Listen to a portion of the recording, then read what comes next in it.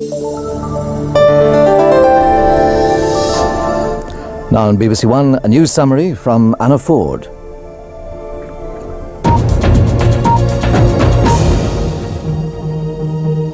Good morning. The Russian envoy Viktor Chernomyrdin is travelling to China for talks to try to find a settlement to the Kosovo crisis. Demonstrations against the NATO bombing of the Chinese embassy in Belgrade are continuing in the streets of Beijing for the third day running. The anger on the streets of Beijing shows little signs of subsiding. For a third day, crowds again gathered at the American and British embassies to protest and throw stones. Troops merely looked on. Today, the Chinese President Jiang Zemin spoke out for the first time about the bombing, blaming what he called NATO's gunboat policy.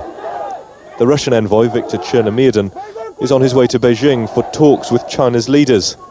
And here, the Foreign Office has advised British citizens not to travel to China.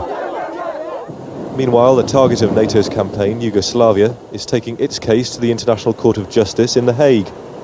It's accusing NATO's members, including Britain, of a gross violation of the United Nations Charter and demanding an immediate end to the air campaign. The Prime Minister has led tributes to the Foreign Office Minister Derek Fatchett, who died suddenly yesterday. It's believed he suffered a heart attack. Mr Blair said Mr Fatchett was an excellent minister who took to government immediately. The head of the diplomatic service said he was greatly admired and would be missed as a keen, effective minister and a good friend. The number of people waiting for hospital operations in England fell by nearly 47,000 in March. There are just over 1 million still on the waiting lists, but opposition parties have accused the Health Secretary, Frank Dobson, of affecting doctors' decisions by putting too much emphasis on cutting NHS queues. The charity Christian Aid is challenging claims by the producers of genetically modified crops that their seeds will ease world hunger. It says GM foods could make poor farmers even poorer. Brazil is the second largest producer of soya in the world, and the vast majority of its crop is GM-free. A third of soya imported to Britain comes from Brazil. It's a lucrative potential market, and biotech companies are trying to persuade farmers to swap to their genetically modified seed.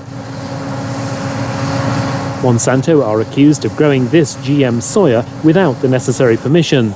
The company says it did have permission, but Christian Aid claims it's trying to bounce both the state and local farmers into transferring to GM varieties. In countries like India, there's already opposition to genetically modified crops. This cotton's being burnt by protesters. Christian Aid says the spread of GM crops is encouraging a trend away from growing food to the production of other crops to meet demand in rich countries. And that's it. More news in an hour.